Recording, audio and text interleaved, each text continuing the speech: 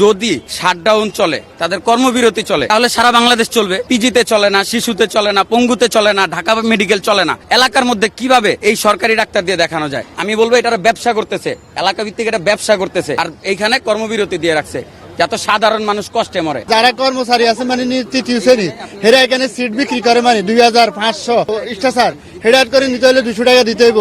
উড়াইতে 200 টাকা, নামাইতে 200 টাকা। ধর্মকট এই সেই কত জায়গা যায় কি রাউই করে না, কথাই বলে না।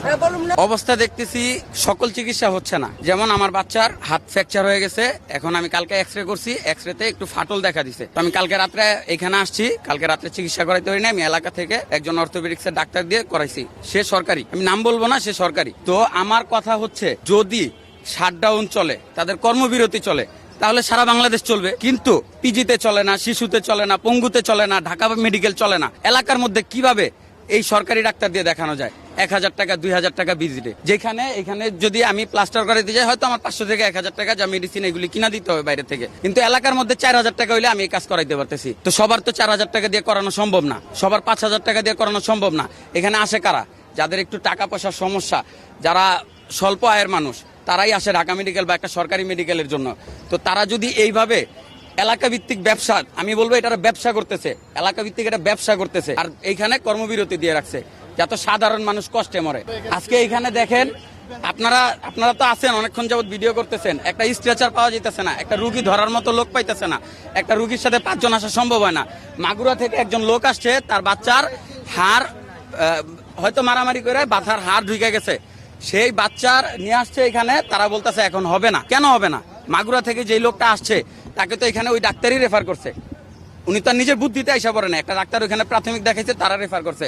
এখন এইখানে আইসা যদি সে শুনে যে আমার বাচ্চার চিকিৎসা হবে না, তো সে কই যাবে এই বাচ্চা নিয়ে? বলেন, রাস্তায় ফালা রাখবে মানুষ? কোনো ডাক্তার নেই, কারো কাছে যাইতে পারি না, কোনো ডাক্তার বলতে কিছু নেই। বেসরকারিতে চালু আছে, বেসরকারিতে চালু আছে না। আমি গত শনিবার দিন এখানে ভর্তি করছি রোগী, ভর্তি করার পরে কোনো ডাক্তার পাই না। বেশি একে ধর্মকট এই সেই কত জায়গা যায় কি রাউই করে না, কথাই বলে না।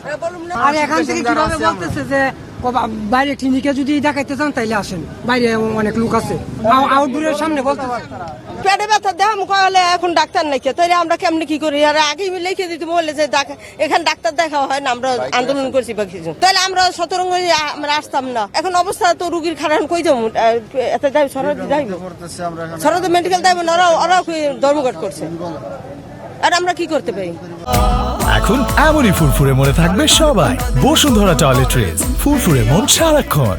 আমরা এই ঢাকা মেডিকেল কলেজের নিয়মিত পেশেন্ট, মানসিক বিভাগের, মানসিক ওয়ার্ডের, মানসিক ডিপার্টমেন্টের। এখন আমরা যদি আইসা যদি এত সুদূর নরসিংদী রায়পুরা উপজেলা থেকে আসছি, তাও চরাঞ্চল থেকে নদী পাড়ে দিয়ে আসছি, ভোর 4টার সময় ঘুম থেকে ওইটা আসছি। এখন যদি আমরা আইসা নিয়মিত পেশেন্ট, রেগুলার কম্পালসারি পেশেন্ট হয়, যদি আমরা যদি ডাক্তারের সার্ভিস না পাই, তারপরে আমাদের যদি চিকিৎসা সেবা না পাই, এখন কি আমরা কি করবো? আমরা দেশবাসীর কাছে আমাদের প্রশ্ন, আপনারা যা কিছুই করেন না কেন, আমাদের জন্য একটা ভালো একটা মানে অন্ততপক্ষে যারা পেশেন্ট আছে, রোগী আছে, মানে দলমত নির্বিশেষে সর্বসাধারণ যেন চিকিৎসা সেবাটা যেন ব্যাহত থাকে, সেই জন্য আপনারা একটু দৃষ্টি দেন। যা কিছুই করেন না কেন, আপনারা লোকজন যেন আপনার এই সেবাটা পাওয়া যায়, অন্ততপক্ষে চিকিৎসা যেন ঠিক থাকে। হাসপাতালের অবস্থা খুব খারাপ, কিন্তু ডাক্তার না, কিছু না, রুগীরা আসে মানে ইয়ে করে। তারপরে যারা কর্মচারী আছে মানে তৃতীয় শ্রেণী, হেরা এখানে সিট বিক্রি করে মানে 2500 1000 এরকম করে রুগীর তেল লয় মানে, নাহলে সিট দেয় না। এরপরে যে রুগী যে হেডার করি না স্টার হেডার করে নিতে হলে 200 টাকা দিতে হইব। উড়াইতে 200 টাকা, নামাইতে 200 টাকা, এরকম হইতেছে রুগীদের মানে ভুক্তভোগীরা।